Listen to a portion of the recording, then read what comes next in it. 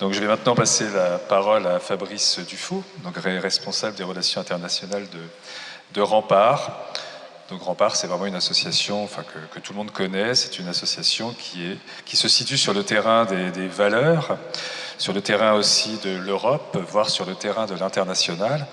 Rempart est de surcroît une association totalement reconnue par le ministère de la Culture, ce qui se révèle véritablement intéressant. Rempart est une association qui motive les jeunes, les bénévoles. J'aime beaucoup le titre « Tous bénévoles de l'année européenne du patrimoine ». Merci. Bonjour à toutes et à tous. Alors je vais vous présenter les activités de Rempart, en quoi nous sommes pleinement avec ce sujet de Rempart dans la question de la participation des citoyens à la restauration du patrimoine, à la sauvegarde du patrimoine, à l'éducation au patrimoine aussi. Je justifierai aussi un petit peu pourquoi nous avons souhaité être labellisés dans le cadre de l'année européenne du patrimoine, et puis j'expliquerai en quoi le modèle développé par Rempart est un modèle qui dépasse largement les frontières de la France, puisque en Europe il y a un certain nombre de partenaires avec lesquels nous travaillons de manière très rapprochée, et puis comment aussi au-delà de l'Europe, c'est une action qui a aussi inspiré d'autres actions dans des pays où les questions de sauvegarde du patrimoine sont aussi particulièrement importantes et génèrent des problèmes tout à fait cruciaux. Alors Rempart, c'est une association qui s'est créée dans les années 60. Les années 60, c'est une période de foisonnement de développement associatif. C'est aussi une période de foisonnement de toutes sortes d'initiatives en direction du patrimoine. Et vous avez peut-être entendu parler d'une émission qui s'appelait Chef-d'œuvre en péril, qui était extrêmement populaire dans les années 60 et qui montrait des initiatives de citoyens qui prenaient en charge du patrimoine. Et bien Rempart s'est créé un petit peu à l'initiative du Touring Club de France pour rassembler les initiatives qui s'étaient mobilisées à travers cette émission. Et de fil en aiguille, d'année en année, a créé une association. Une association s'est constituée autour de ces initiatives et Rempart s'est fondée donc en 1966. Alors c'est une association d'éducation populaire qui a pour objet la sauvegarde et l'éducation au patrimoine à travers les chantiers de bénévoles, les chantiers internationaux. Et donc l'éducation populaire, c'est quelque chose de très important en France dans les années 60, mais qui se développe bien avant aussi, dès les années 30. Et l'idée de chantiers internationaux de bénévoles, c'est quelque chose qui apparaît dès la fin de la Première Guerre mondiale, en fait. On a tout à l'heure parlé du sursaut qui apparaissait en Europe à l'issue de la Seconde Guerre mondiale, mais déjà après la Première Guerre mondiale, il y avait une vague de pacifisme, et des pacifiques se sont organisés pour mettre en place les premières initiatives de bénévoles, non pas autour de la sauvegarde du patrimoine, mais autour de la reconstruction dans l'Est de la France. Et c'était les premiers chantiers internationaux. Et donc Rempart, même si l'organisation se crée en 1966, se rattache directement à cette histoire des chantiers internationaux de bénévoles et du volontariat international. Donc, alors il y a une autre filiation qu'on peut trouver à Rempart, parce qu'il y a de nombreuses associations Rempart qui sont aussi des sociétés savantes, qui sont dans leur histoire antérieure à l'histoire de Rempart. Et donc finalement, Rempart, c'est un peu le mariage entre l'éducation populaire et les sociétés savantes au service du patrimoine. Aujourd'hui, l'association est composée de 180 membres qui sont tous répartis sur le territoire français et qui ont toutes ces associations ont en charge l'animation et la restauration d'un site qu'elles ont choisi de prendre en charge parce qu'il y avait un vide, une lacune de la société pour prendre en charge ce patrimoine. C'est une organisation qui est reconnue d'utilité publique et donc vous l'avez compris, qui est très très attachée à l'idée du faire ensemble, de l'engagement citoyen et donc toute une philosophie que nous développons autour de ces notions-là à travers des textes que nous élaborons en collectif et qui nous guident dans notre action et notamment à travers une charte des chantiers de bénévoles. Les sites sur lesquels interviennent les associations Rempart sont extrêmement variés. Donc on a du patrimoine militaire. Vous voyez l'hôpital Caroline ici, un hôpital de Carentelle sur les îles du Frioul au large de Marseille. Pardon, excusez-moi, Hop, voilà. Le château de Vaucouleurs, un village dans le sud de la France. Donc en fait, les associations qui composent Rempart s'intéressent à un patrimoine, et finalement ce patrimoine, il est simplement le reflet de la notion du patrimoine en France. Donc il y a même des associations Rempart qui s'intéressent au patrimoine industriel.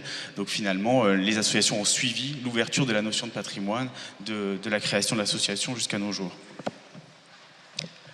Donc derrière chaque site restauré par une association Rempart, il y a une association ou plusieurs associations. Et voici une carte qui vous présente un petit peu la répartition des associations aujourd'hui au sein du réseau. Vous voyez que la répartition est relativement régulière. Et nous sommes ici en Bourgogne, qui est une région historique pour le mouvement Rempart, puisqu'il y a une quarantaine d'associations qui sont basées sur le secteur. Vous pourrez peut-être, pour les Bourguignons, reconnaître le château de Bissy-sur-Flay, et puis l'hôtel qui est le siège de l'association Rempart Bourgogne, l'hôtel 1100. 80% des sites qui sont des sites animés par des associations Rempart se trouvent en zone rurale. 75% de ces sites sont des sites protégés, donc qui sont sous le régime du Code du patrimoine, donc ce sont des sites classés ou des sites inscrits. Et puis 20% de ce patrimoine est un patrimoine plus rural. Alors comment fonctionne en fait très rapidement ce lien entre associations, propriétaires, puisque nous gérons des sites, les associations sont des gestionnaires de sites, et puis elles ont des liens avec des propriétaires lorsqu'elles ne sont pas propriétaires elles-mêmes de ces sites. Eh bien il y a des conventions ou des baux de longue durée qui sont signés avec les propriétaires, des conventions lorsqu'il s'agit d'une collectivité.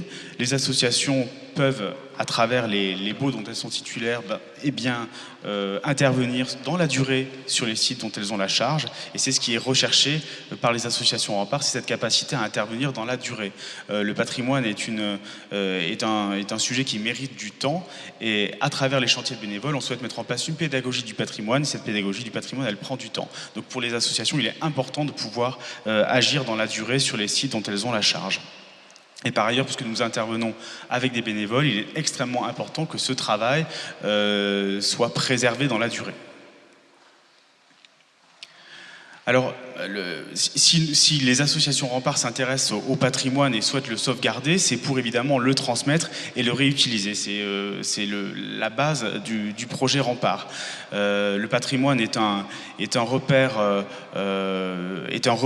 éducatif, donc il y a un certain nombre d'activités pédagogiques qui sont organisées sur les sites, et puis c'est aussi un outil de développement local. On a des associations qui organisent sur les sites restaurés des festivals de théâtre, comme c'est le cas ici sur un site dans l'Aveyron, qui est un véritable point d'animation du territoire.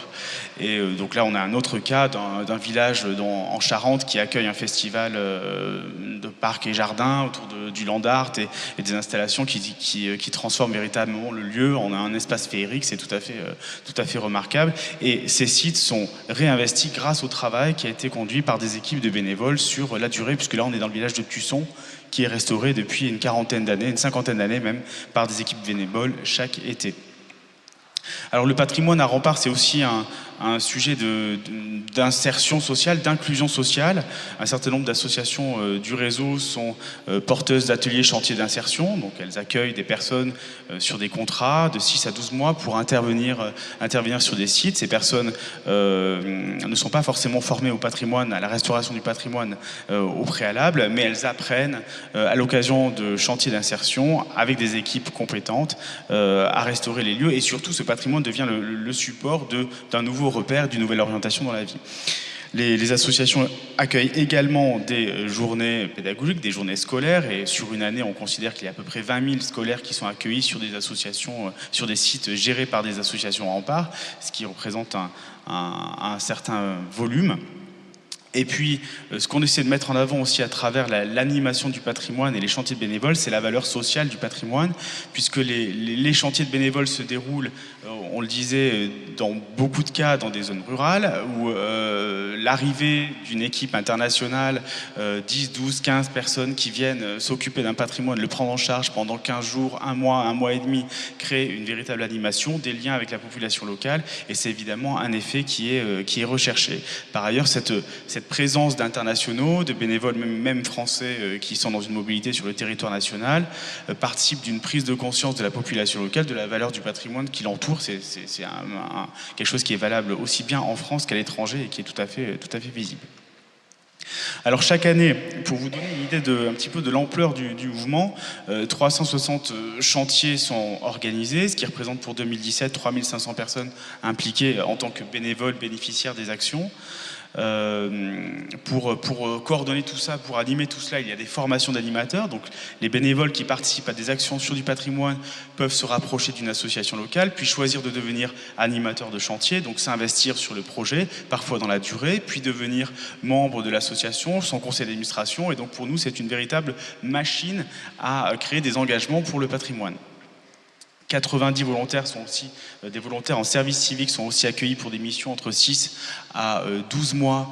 Donc ils contribuent à l'animation des sites à l'année. Et on considère que près de 10 000 citoyens sont engagés dans le réseau dans son ensemble, puisqu'ils sont participants des associations, membres des associations locales. Alors si on fait le compte, sur 50, ça fait 51 années que Rempart existe, donc c'est plusieurs dizaines de milliers de bénévoles qui ont été impliqués dans une action de sauvegarde du patrimoine tout à fait concrète, à travers un chantier de bénévoles. Et à l'échelle d'une société, c'est important, parce que ça veut dire que ces personnes aujourd'hui sont peut-être en situation de prendre des décisions, sont des personnes qui vont avoir un regard nécessairement changé par leur expérience sur le patrimoine. Cette expérience sur le patrimoine qui concerne aussi bien des adolescents, de jeunes adultes, et qui leur permet de découvrir des savoir-faire. Alors, cette activité, cette dimension de transmission des savoir-faire est particulièrement importante, puisqu'elle concerne des métiers qui sont souvent on va dire, qui souffrent d'une mauvaise image auprès de la jeunesse, et donc leur offrir la possibilité de découvrir des métiers comme la maçonnerie, la charpente, la taille de pierre, la forge, à l'occasion d'un moment qui est aussi ludique, puisqu'un chantier de bénévoles s'organise avec des temps de loisirs, mais aussi des temps de travail. Ça permet de dédramatiser ces métiers qui sont perçus comme des métiers difficiles, et aussi de créer des vocations. Donc c'est particulièrement important pour nous. Ça fait partie aussi de la mission que Rempart s'est donnée. Voilà, la transmission des savoir-faire, c'est tout à fait central. Évidemment, pour mobiliser tout ce public, chaque année, il y a des campagnes de communication qui sont conduites en France et à l'étranger, puisqu'il faut mobiliser dans les lycées, dans les centres d'information jeunesse, à travers les universités, à travers les alliances françaises de par le monde, à travers les services universitaires en archéologie, à travers aussi les départements de français, puisqu'il y a énormément d'étrangers qui choisissent le patrimoine comme une entrée de découverte de la francophonie, puisque la France est réputée pour cela. Donc il y a une interface internet qui est créée pour recruter des bénévoles et les inviter à vivre une expérience du patrimoine, puisque c'est véritablement cela que l'on met en avant. Participer à un chantier Rempart, c'est aussi laisser sa trace sur un édifice qui nous dépasse, parce qu'il a été construit il y a 600, 800 ans. Et le bénévole qui travaille à la taille d'une pierre pendant 15 jours et qui va avoir le plaisir de la poser sur l'édifice, et elle y restera pour de très nombreuses années, c'est une immense source de satisfaction, et c'est quelque chose qui est extrêmement valorisant pour les personnes qui participent. Alors c'est aussi une expérience de vie, le chantier de bénévoles, c'est un lieu où on rencontre des personnes, des internationaux, où on partage des temps de vie quotidiens, des temps de vie collectifs, on prépare les repas, donc ça dépasse la simple restauration du patrimoine, mais c'est aussi un moment de convivialité. Je crois qu'il y a des personnes qui pourraient témoigner aussi de cette expérience autour de la table. Et donc, pour nous, c'est aussi une machine à générer des souvenirs et, encore une fois, à alimenter cette idée d'attachement au patrimoine. Voilà, je vous ai proposé quelques photos pour vous montrer la diversité du patrimoine qui est pris en charge par des associations Rempart. Ici, le hameau de Miers dans le Lot, ici le château de Brie-Comte-Robert en Seine-et-Marne. Alors des ambiances, des discussions, c'est tout ce qui participe de la construction du mouvement Rempart. Et puis sur l'international, on va y arriver. Le projet Rempart est un projet qui accueille diverses nationalités, et on accueille entre 500 et 600 étrangers chaque année sur les chantiers, ce qui est considérable.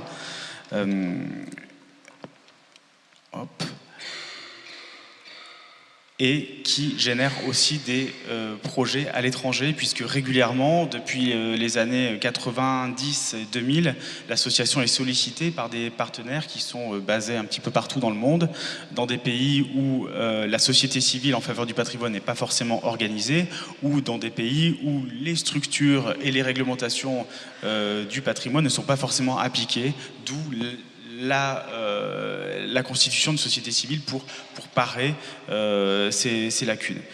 Donc ici, vous avez l'exemple de la Chine, où Rempart propose aujourd'hui, avec la Fondation Roi Nissan, quatre chantiers chaque année de restauration du patrimoine sur des sites absolument exceptionnels. Donc, en Chine, le patrimoine est un enjeu immense, au vu de l'accroissement de la population, de l'urbanisme dévorant. Et donc, il y a des enjeux considérables pour le sauvegarder. Les coopérations avec la Russie qui sont également extrêmement importantes.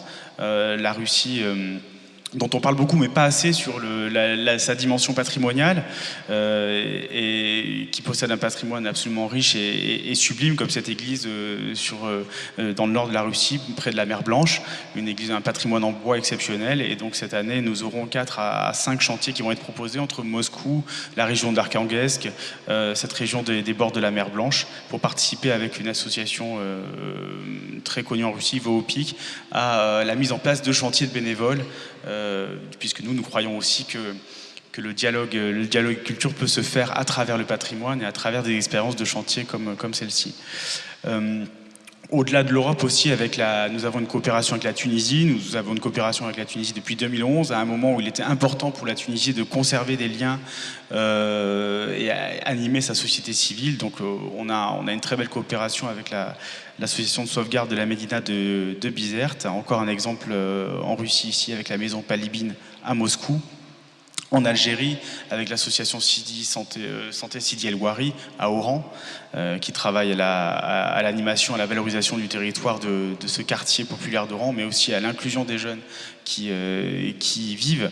Et puis pour nous rapprocher de l'Europe, puisque c'est l'année européenne du patrimoine culturel, j'ai pris l'exemple de ce chantier en Roumanie, dans la région de Sibiu, que nous conduisons avec la Fondation Dala depuis un certain nombre d'années, et dont le musée Astra, ici représenté, a été partenaire un certain temps, qui porte sur la restauration de maisons en bois, donc là aussi un chantier international, une coopération avec le Portugal, une coopération avec la Croatie, donc sur du patrimoine rural absolument magnifique de pierres sèches en Istrie.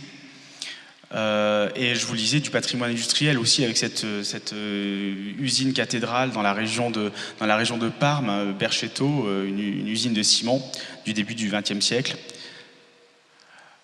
Tout ça nous amène à parler d'Erasmus+, qui est un programme qui favorise la mobilité des jeunes en Europe.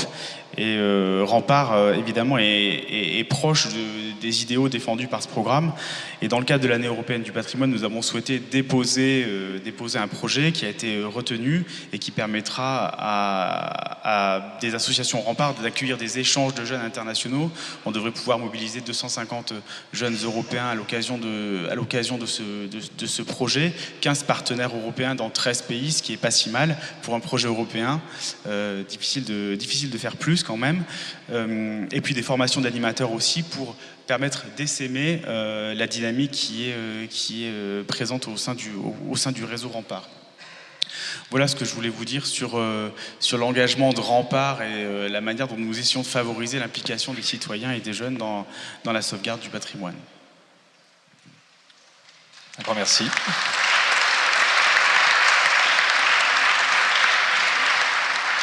C'est vrai que nous nous situons là sur un terrain européen, voire international, donc c'est absolument passionnant et totalement en lien avec notre sujet. Alors peut-être qu'avant de poursuivre, est-ce que peut-être que certains auraient des questions à poser aux 3 premiers intervenants ?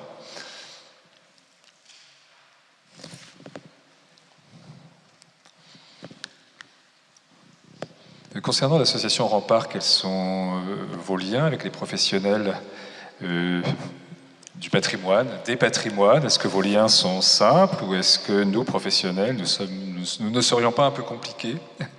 Alors je pense que l'association en fait a grandi aussi avec des professionnels à ses côtés. Oui.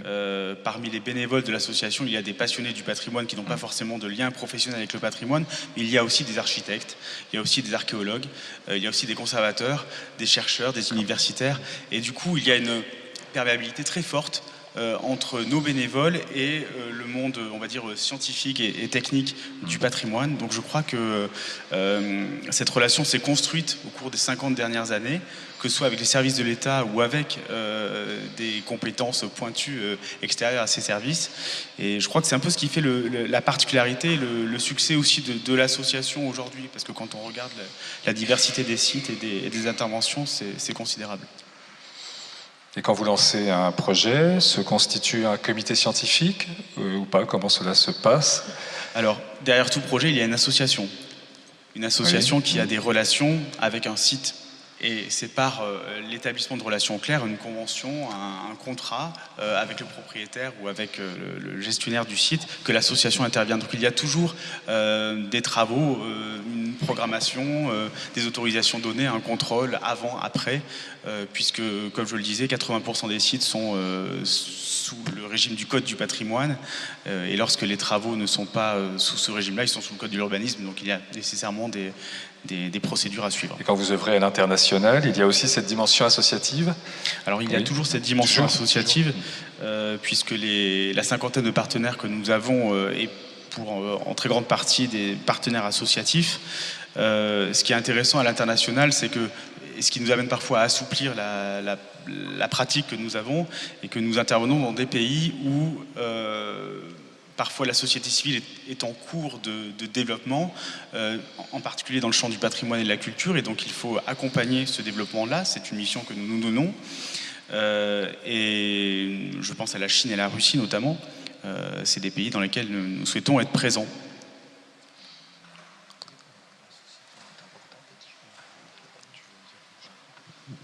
Pour ma part, je voudrais dire que l'association Rempart est également active sur Dijon, puisqu'elle nous a aidés à restaurer nos monuments, et en particulier pour les Dijonnais qui sont dans cette salle, la Motte Giron, à laquelle j'ai suivi tous ces travaux. Et c'est vrai que c'est quand même assez spectaculaire d'avoir remis en état une fortification spectaculaire. Absolument. Merci. La Motte Giron. D'autres questions dans l'assistance?